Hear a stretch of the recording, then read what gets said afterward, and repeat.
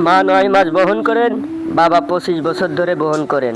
উভয়ের প্রচেষ্টাই সমান, তবুও কেন বাবা পিছিয়ে আছে তা জানেন কি? মা বিনা বেতনে সংসার চালায়, বাবা তার সমস্ত বেতন সংসারের জন্য ব্যয় করেন। উভয়ের প্রচেষ্টাই সমান, তবুও কেন বাবা পিছিয়ে আছে তা জানেন কি? মা আপনার যা ইচ্ছা তাই রান্না করে দেয়, বাবা আপনি যা চান তা কিনে দেন। তাদের উভয়ের ভালোবাসাই সমান, তবে মায়ের ভালোবাসা উচ্চতার হিসাবে দেখানো হয়েছে। জানি না কেন বাবা পিছিয়ে। ফোনে কথা বললে প্রথমে মায়ের সাথে কথা বলতে চান, কষ্ট পেলে মা বলে কেঁদে ওঠেন। আপনার প্রয়োজন হলেই আপনি বাবাকে মনে রাখবেন, কিন্তু বাবার কি কখনো খারাপ লাগেনি যে আপনি তাকে অন্য সময় মনে রাখেন না? ছেলেমেয়ের কাছ থেকে ভালোবাসা পাওয়ার ক্ষেত্রে প্রয়োজনের জন্য বাবা কেন পিছিয়ে আসেন তা জানেন কি?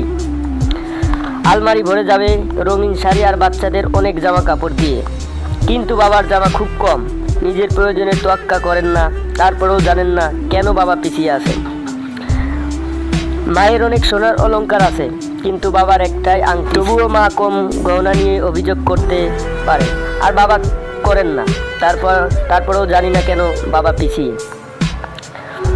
বাবা সারা জীবন কঠোর পরিশ্রম করেন পরিবারের যত্ন নেওয়ার জন্য, কিন্তু যখন স্বীকৃতি পাওয়ার কথা আসে কেন জানি না তিনি সবসময় পিছিয়ে থাকেন। মা বলে, আমাদের এই মাসে কলেজে টিউশনি দিতে হবে, দয়া করে আমার জন্য উৎসবের জন্য একটি শাড়ি কিনবে। অথচ বাবা নতুন জামা কাপড়ের কথা ভাবেননি। দুজনের ভালোবাসাই সমান, তবুও কেন বাবা এত পিছিয়ে আছেন জানেন কি? বাবা মা যখন বুড়ো হয়ে যায় তখন বাবারা বলে মা ঘরের কাজ দেখাশোনা করার জন্য অত্যন্ত উপকারী, কিন্তু তারা বলে বাবা অকাজ। এখানেও বাবা পিছিয়ে। আমার মনে হয় বাবার পিছনে থাকার কারণ তিনি পরিবারের মেরুদণ্ড, আর আমাদের মেরুদণ্ড তো আমাদের শরীরের পিছনেই থাকে। অথচ তার কারণেই আমরা নিজের মতো করে দাঁড়াতে পারছি। এ সমস্ত কারণেই তিনি পিছিয়ে আছেন। বাবা পিছিয়ে থাকার কারণ আপনি যদি জানেন তাহলে কমেন্টে জানাবেন। সমস্ত বাবাদেরকে উৎসর্গ করছি, সালাম জানাই পৃথিবীর সকল বাবাকে।